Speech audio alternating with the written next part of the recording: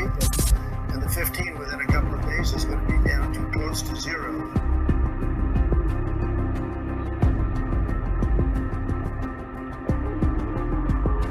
It's going to disappear. One day it's like a miracle, it will disappear.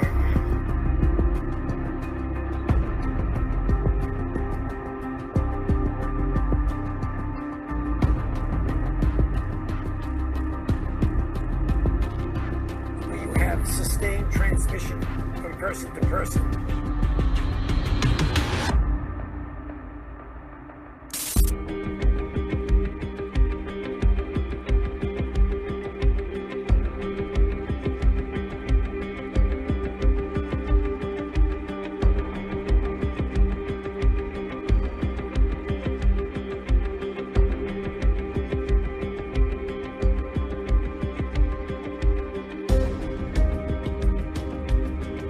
That becomes a big threat for the rest of the world, because if in fact it evolves into a pandemic, then every country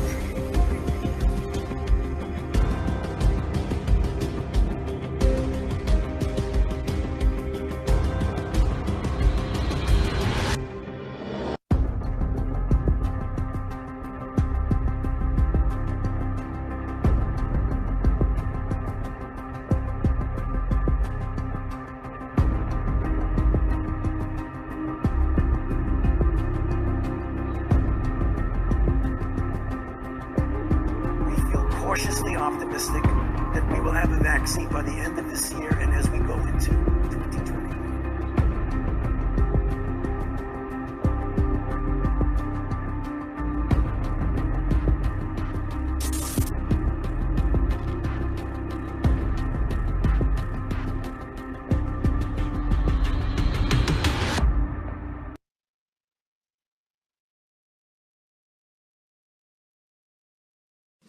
Mga kababayan, ang pambansang awit ng Pilipinas. Kayang magiliw, telas ng silanganan, alam ng puso, sa dikit mo'y buhay. Lupang hinirang, kuya ka ng magiting, sa mandulupin, di ka pasisingil, sa nagatang tutok sa simoy at sa langit ang pagaw, ay ginatang tulakawin sa pagkayang minamahal. Ang isang ng patawad mo'y tagumpay na nagtitingin, ang bituin at araw niya kailan pa may di magtitingin. Lumalang araw ng walhagin pagsikta, buhay langit sa piling mo. Ang inigaya ng pagkay mga amin, ang mamatay ng dahil sa'yo.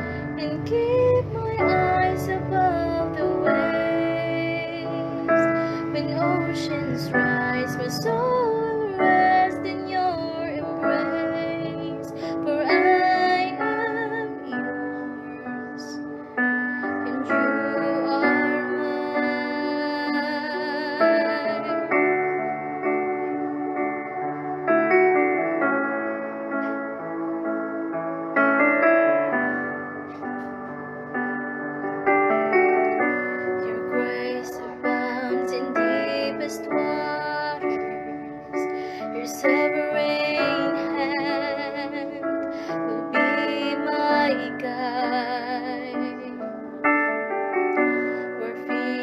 fail and fear surrounds me. You've never failed and you won't start now. So I will call upon your name and keep my eyes above the waves. When oceans rise, my soul will rest in your embrace. For I am yours, and you are mine.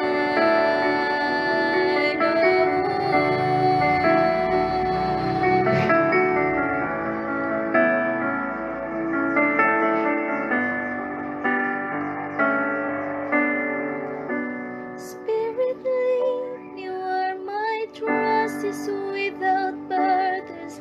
Let me walk upon the waters wherever you would call me.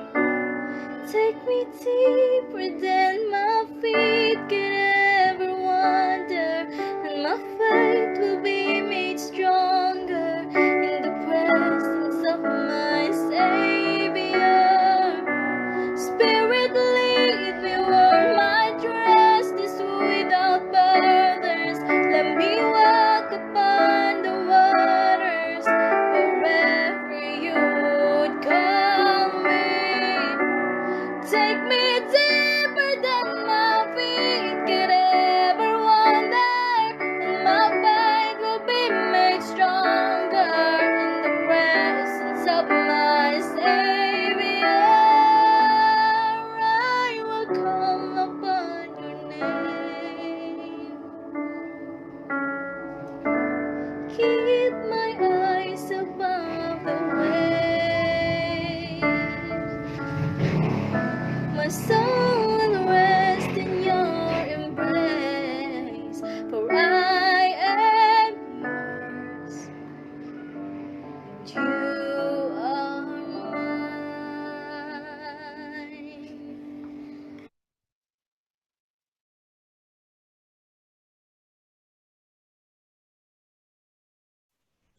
All right.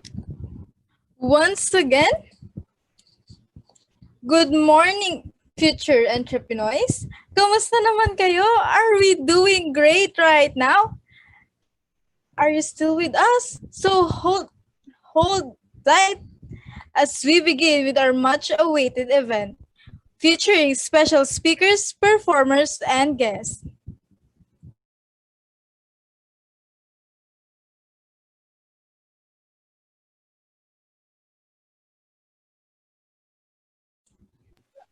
May we call on Dr. Bernie E. Balmeo for our welcoming remarks.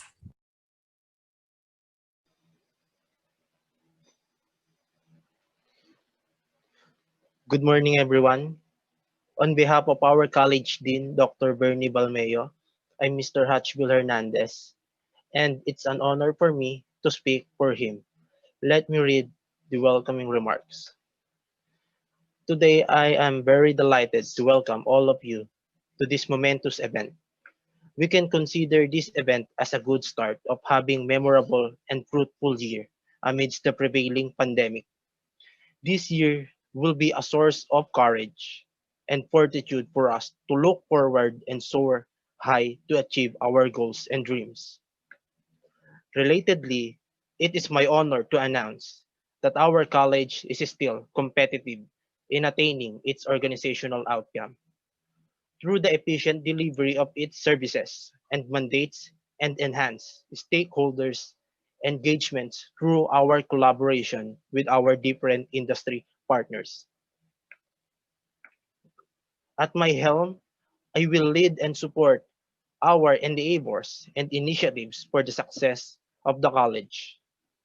In the same manner, I will value your contributions that are geared towards the attainment of our organizational outcome.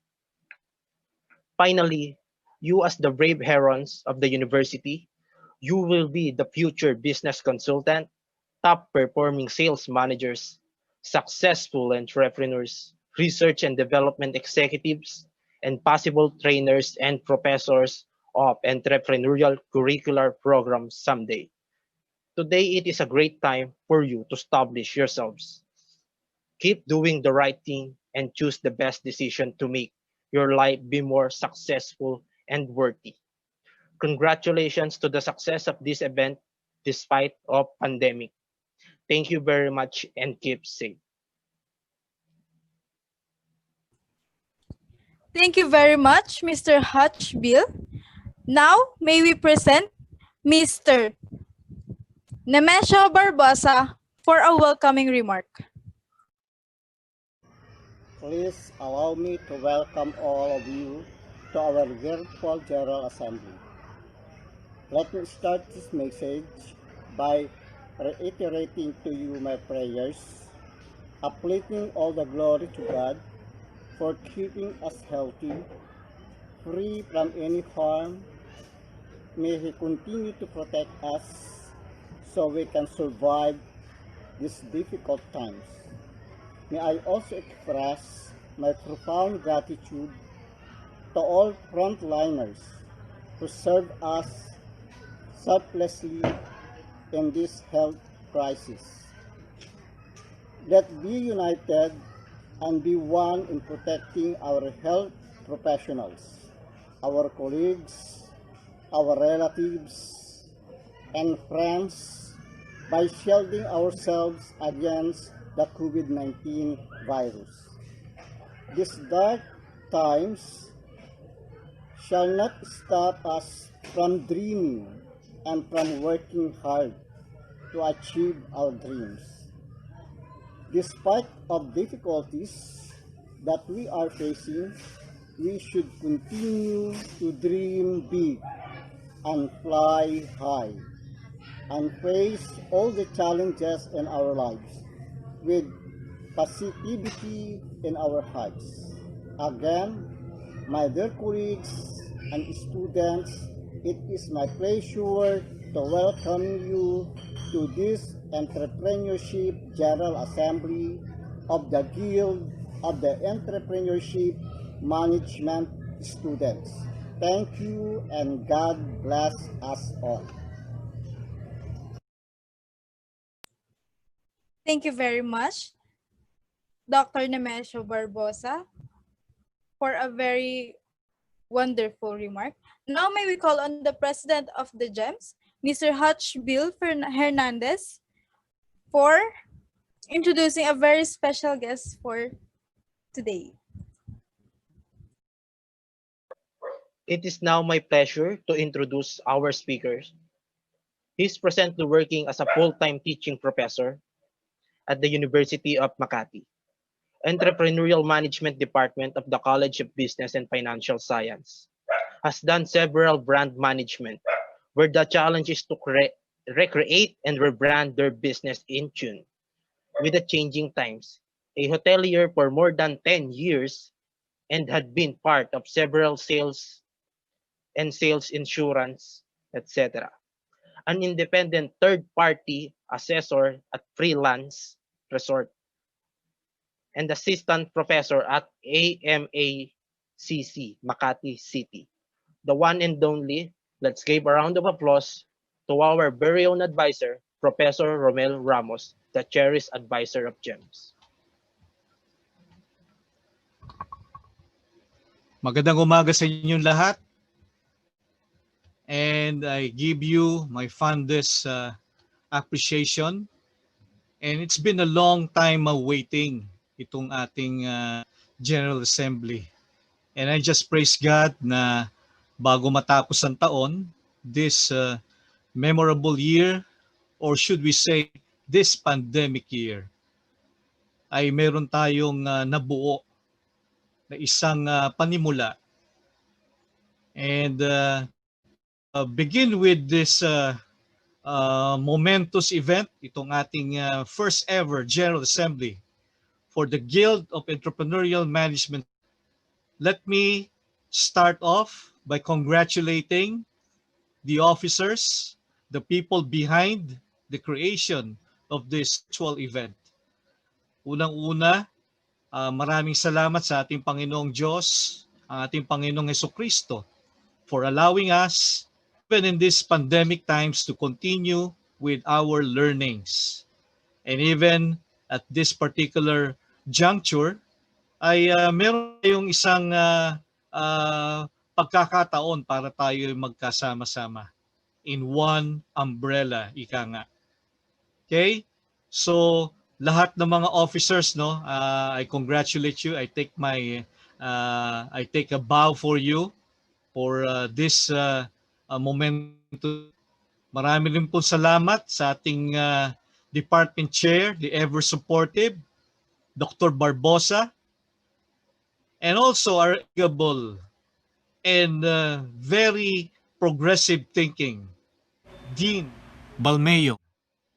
Alam niyo po ba, mga kasamahan ko, fellow faculty members and our student 3 dito sa University of Makati, alam niyo ba na ang ating college, ang pinakamalaking college sa buong Makati?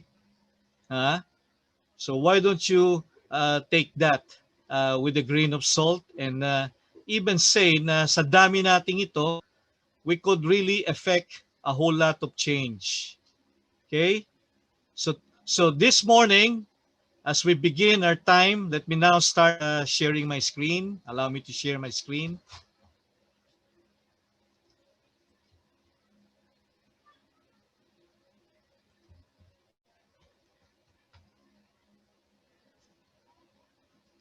Okay.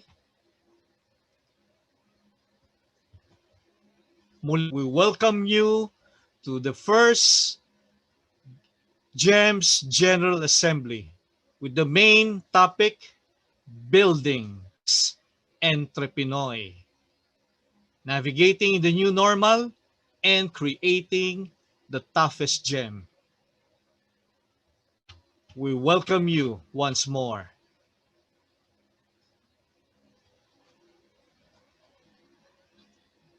As a brief introduction, let me take you on to the takeaways.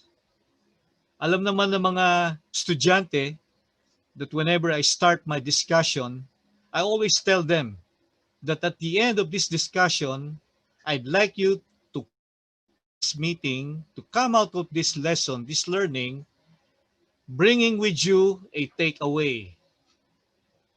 Siguro, estudyante ko, tawag na sa akin, ito na si Mr. Takeaway. Okay. So una, sa tatlong bating pagtitipon ngayong umaga, let me first give you in Act 1 ay situationnaire. Nasaan na ba tayo ngayon? Okay? A long time back, we planned this event as early as September of this year. Inabot tayo ng ganito katagal. So, we would like to tell you kung nasaan na tayo ngayon. Okay? Pangalawa, in Act Chapter 2, let me tell you who are the solution makers. We might be in this deep shit, sabi, deep problem. Pero sino ba ang magbibigay ng solusyon? Who can make the difference? And this is where you come in. Kayo na mga entrepreneurs, you that are budding entrepreneurs, you will make a difference in the coming years, very near future. So you should know where you stand right now, and you should know to what direction you should be headed. Finally, let me take you to a self-assessment. Paano natin magagawa itong lahat nito? How can we truly say that we in our midst the next Entrepreneurial?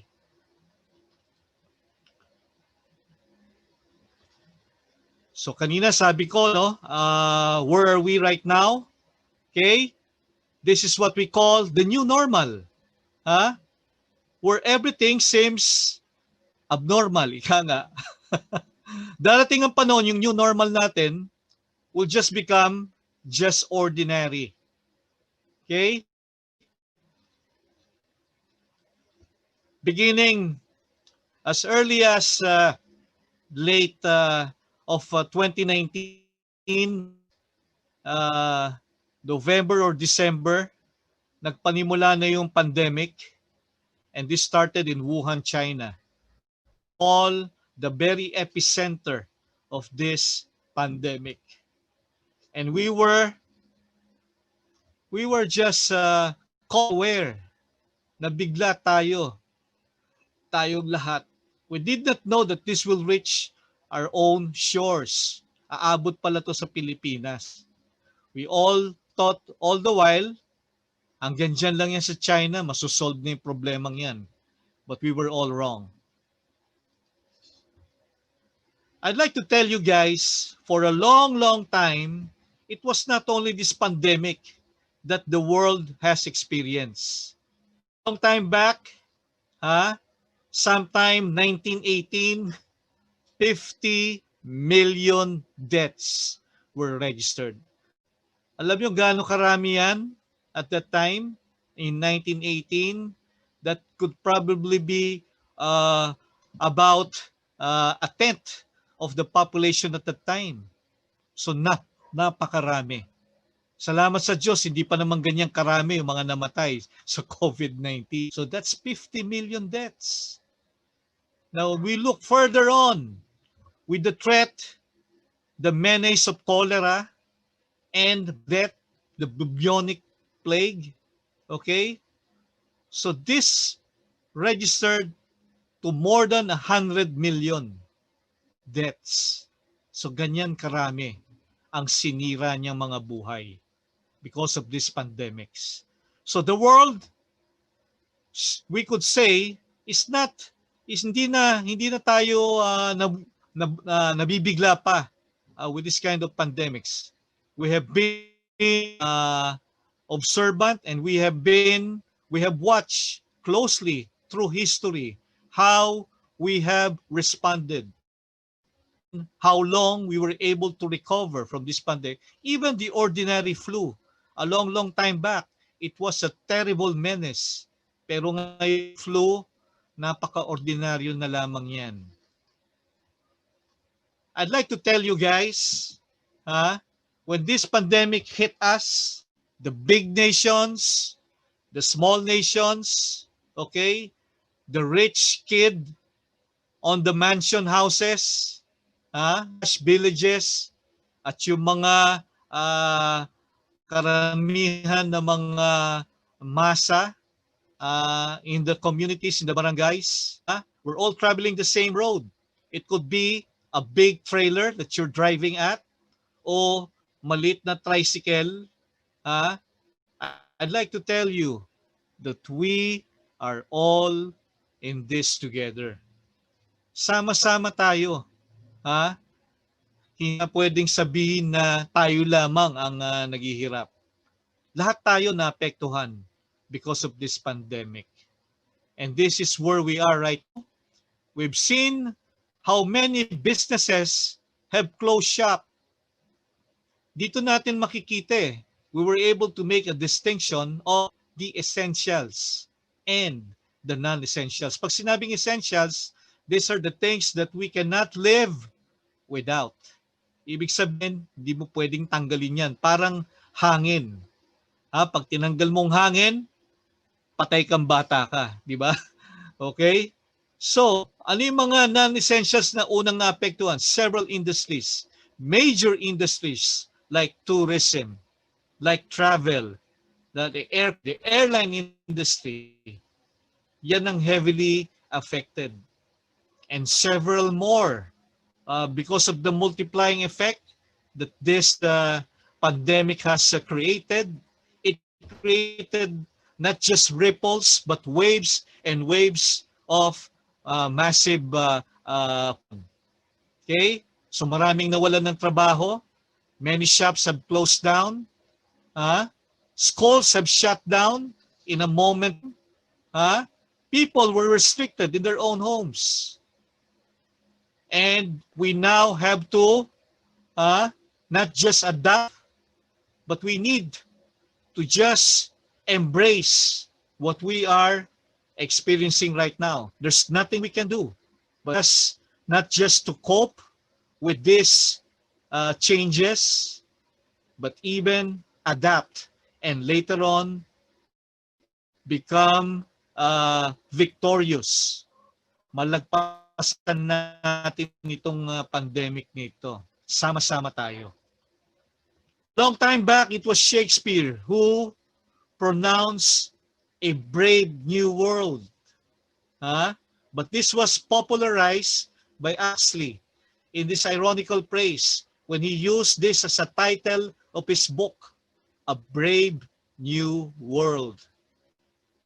My dear friends, is the world that Shakespeare and the rest of those proponents, or should I say futurists of their time, parang natatanaw na nila yung future. And yet, when they see the future that we have experienced right now, siguro sasabihin natin, sana bumalik na lang tayo sa dati. Let's go back to where we once have started. It's a crazy world out there. Sometime in 2003, a military term came up, password of industries, of businesses. They call it world. Short for VUCA stands for V as in volatility, U in uncertainty, C complex, and A ambiguous. When you say volatility, this is the very nature of change, and the nature of speed of change forces and change catalysts. So, mabilis na magbago. Mabilis na pag ma-adapt na natin yung isang new environment, bigla na lang itong mapapalitan. Ganon volatile ang ating mundo ngayon. Very uncertain. We can no longer make predictions. We are in for a big surprise. More sense of awareness. And sometimes it's so hard. You even have to pause for a while to understand the issues and the events. Sometimes, sa ganitong klaseng pandemic, it forces us to do a lot of meditation, a lot of thinking. Ito bang ginagawa ko ngayon? May saysay pa ba to? May halaga pa ba to? Would this still be applicable in the near future? Okay? Next is complexity. This is the multiplex of forces, the compounding of issues. Okay? And you are now no longer are able to assess the cause and effect chain, the conditions surrounds us. And finally, the ambiguity. There is a haziness of reality. Hindi na natin maintindihan yung nangyayari in our surroundings. A confusion suddenly comes in and cripples. Okay?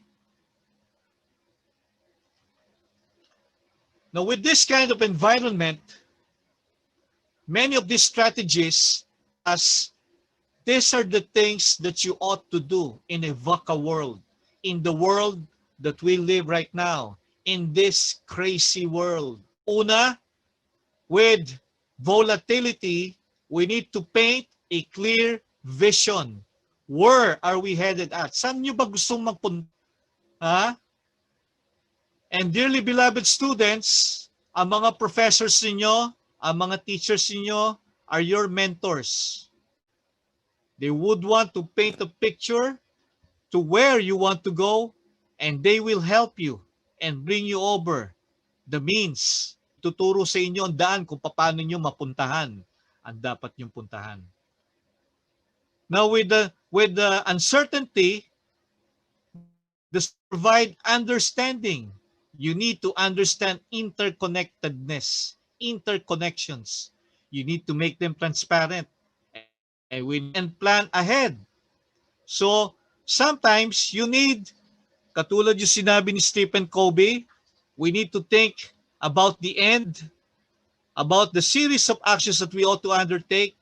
Alam mo yung magiging resulta sa dulo. So that is how uncertainty would be resolved. Now, how do you resolve complex realities? It is to learn to focus, to simplify. Huh? There is such a thing right now with a minimalist movement. Huh? It is to declutter your life, to really just focus on what is essential. Again, that word, essential. Huh? Yan yung pinick up ng many businesses. Those that lost touch with reality, huh? That the things that they were offering, that the things that they're providing society are actually non-essentials. People can live without these things. With ambiguity, what is our solution? We provide agility. Ano yung agility? There is flexibility. Learn to be flexible. Be agile. Kinakailangan masinop ka. Ha? Mabilis ka. Ha? It requires speed. Ha? The name game right now is speed. Okay? So this is how we need to adapt to a VUCA world. Now let me tell you right now who will provide the solutions to the major problems that we see. The many global ills that we see in society right now. I call them the crazy ones.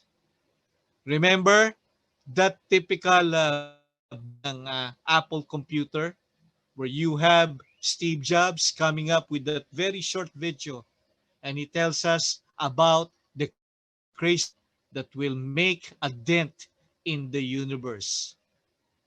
Are you one of those crazy ones? Kasama ka ba dyan?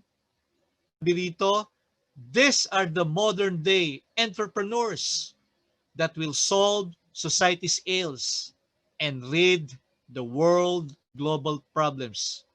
My dearly beloved students, my colleagues, you are the answer to this many of society's ills and global problems. It is the entrepreneurs that should be on the rise. In like manner, it is the EntrePinoy, ikaw, ako, who will liberate the Filipino people and empower them for a brighter and progressive Philippines. Buhay ang entrepreneur. I like what Mark Greenberg tells us in his definition of an entrepreneur. When I first heard this statement, this has made a dent in my thinking. Ang sabi niya, alam to siguro ng mga estudyante ko, you could repeat with me and recite with me. Sabi ni Mark Greenberg, an entrepreneur is a problem seeker. Next, he is a problem solver. And finally, an entrepreneur is an innovator.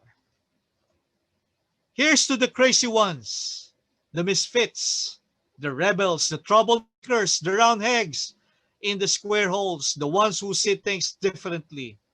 They're not fond of rules and they have no respect for the status quo. You can quote them, disagree with them, glorify or vilify them. But the only thing you can't do is ignore them because they push the human race forward.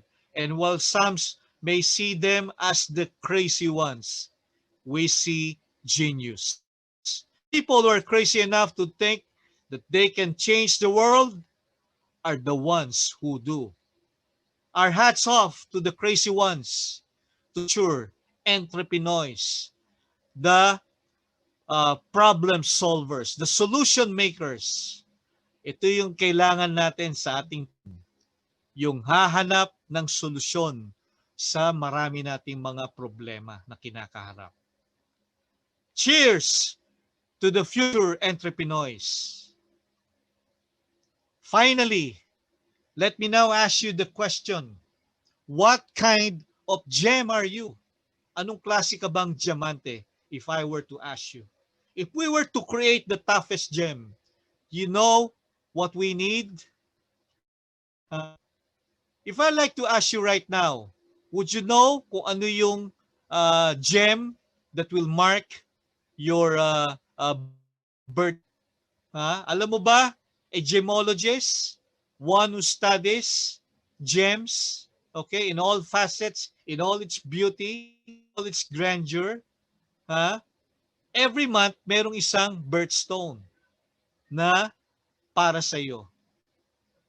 Alam mo kung anong klase kang gem.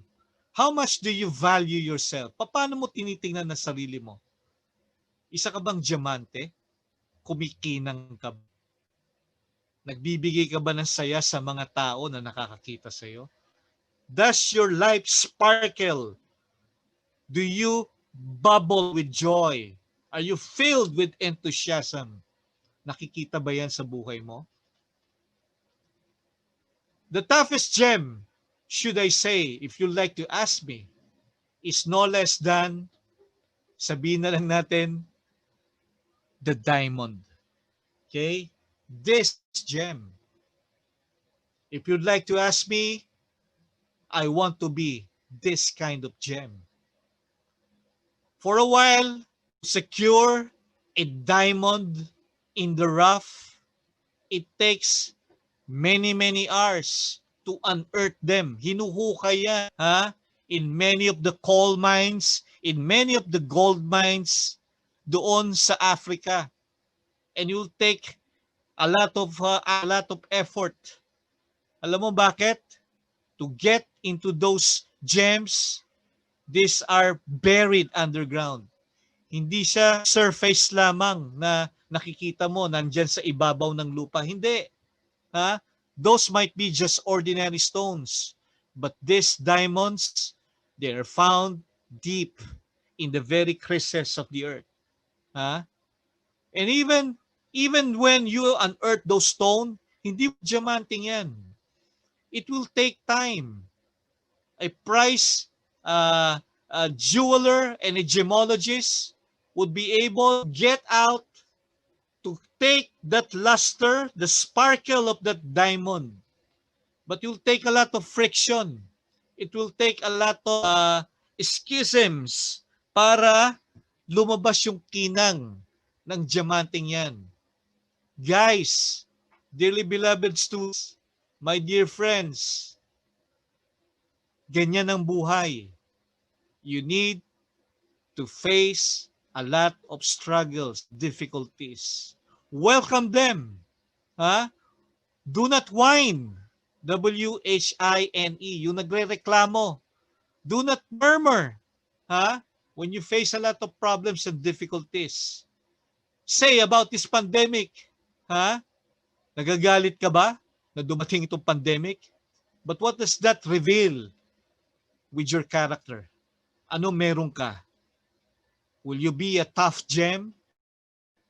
Just like those gems that in high pressure and high temperature would yield the finest sparkle. A gem cannot be polished without friction, nor a man gets wise and perfected without struggle. You know, guys, that right now, because of technology, it is already possible to build and to create the toughest gem. Anong ingredient ang kinakailangan? They mimic environment, the very nature of how these diamonds are created for a long time. But they found out two very important categories, important ingredients. Ano yun? High pressure and high temperature. You need to expose this gem in very high temperature. That is how you create the toughest gem.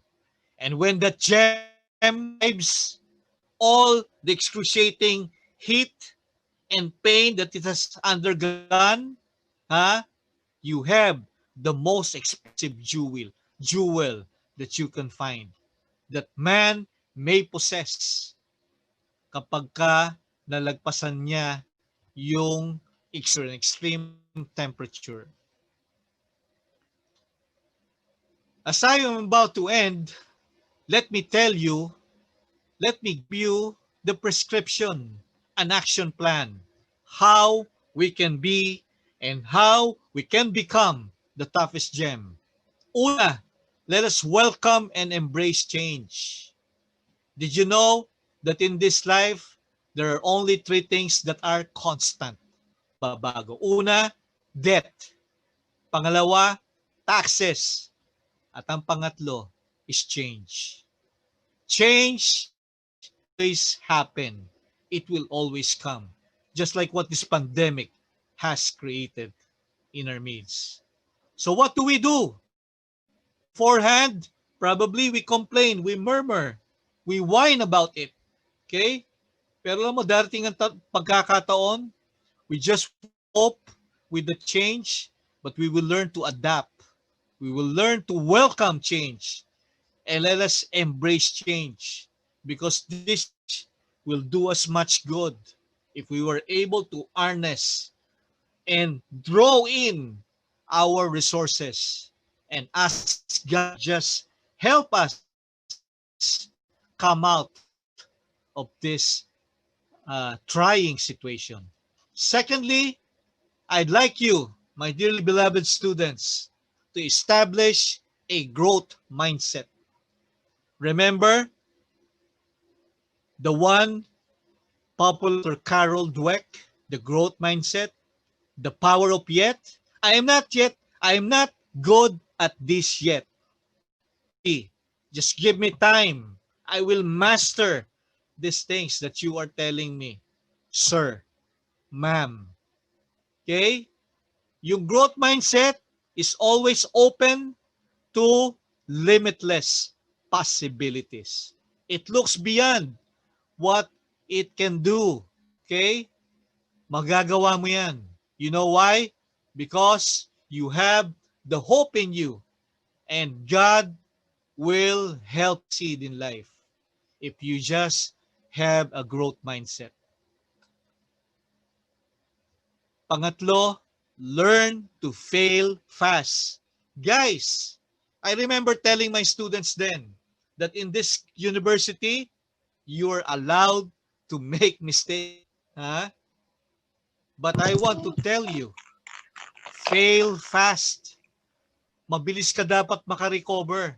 Ha? Huwag na nakasubsob sa lupa. Pagkadapa mo, bangon agad. Ha? And I like what that statement even says, sabi doon, success is not in never falling, but it is in rising every time you fall. So, fail fast and then shift. Okay? Fourth step is you either persevere. Gagawin ko pa ba to? The things that I'm doing right now that are giving me good results? Then you persevere. Ipagpatuloy mo yan. Or, will I change direction? You don't need to change your goal. You probably only need to change your strategy. Pivot. Ha? Yun ang ibig sabihin nun. Finally, it is learning to the power of synergy, bringing together all your energies, all your resources to class, ay ano, group projects. That is utilizing collaboration, ha? Joining your strengths together among your peers, among your classmates. Huwag kang matakot, huwag kang mahiyang humingi ng. We're all here, we are in this together. Lahat tayo magtutulong-tulong. Not only will your professors, your mentors, your teachers, even your classmates are here to help you guys. Magtulong-tulong tayo. Entrepreneurs on the rise. Huh? Who will be the next Tony Melotto?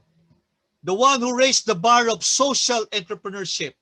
Tony Melotto, founder of Gawad Kalinga, building thousands and should I say hundreds of thousands of homes to under Filipinos. That is his passion. That is his dream. Who will become the next Tony Meloto? We need Dakais, the champion of the Karaginan industry. Benson Dakay at that time discovered the seaweed industry. He is born and raised in Cebu, a Cebuano, a true-blooded Cebuano. At alam nyo, please, magpasalamat ka kay Benson Dakay if you're enjoying your toothpaste na merong seaweed, yung ice cream na merong seaweed, processed karaginan. This was the industry that Benson Dakay popularized and made important. Became a big dollar earner way back in the 90s and year 2000. Okay? Until now. But sad to say, na over the Asian neighbors natin. Katulad ng before, we were the rice granary of Asia.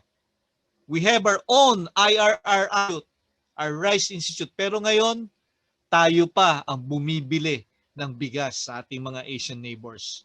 Who will be the next Benson Dakay? Who will turn the rights of coastal farmers? Siya ang nagtaguyod ng industry niyan, yung seaweed industry. Who the next? Victoria Vicky Bello, bullied when she was a child. She was given away. Did you know that she was adopted?